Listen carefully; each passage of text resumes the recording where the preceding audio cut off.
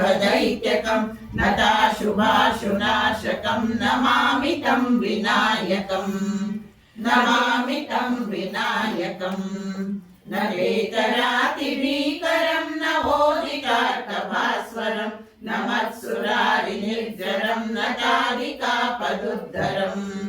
सुरेश्वरं निधीश्वरं गजेश्वरं गणेश्वरं महेश्वरं तमाश्रये परात्परं निरन्तरं समस्तलोकशङ्करं निरस्तदैत्यपुञ्जरं धरेतरोदरं वरं वरेव वक्रमक्षरम् कृपाकरं क्षमाकरं मुदाकरं यशस्करं नमस्करं नमस्कृतां नमस्करोमि भास्वरम् अकिञ्चनातिमार्जनं चिरन्तनोक्तिभाजनं पुरारिपूर्वनन्दनं सुरारिगर्वचर्वणम्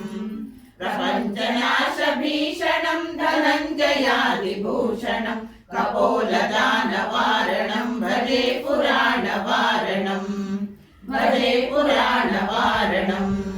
नितान्तकान्तदन्तकान्तिमन्तकान्तकात्मजम् अचिन्त्यरूपमन्तहीनमन्तराय कृन्दनम् हृदन्तरे निरन्तरं वसन्तमेव योगिनां तमेकदन्तमेव तं विचिन्तयामि सन्ततम्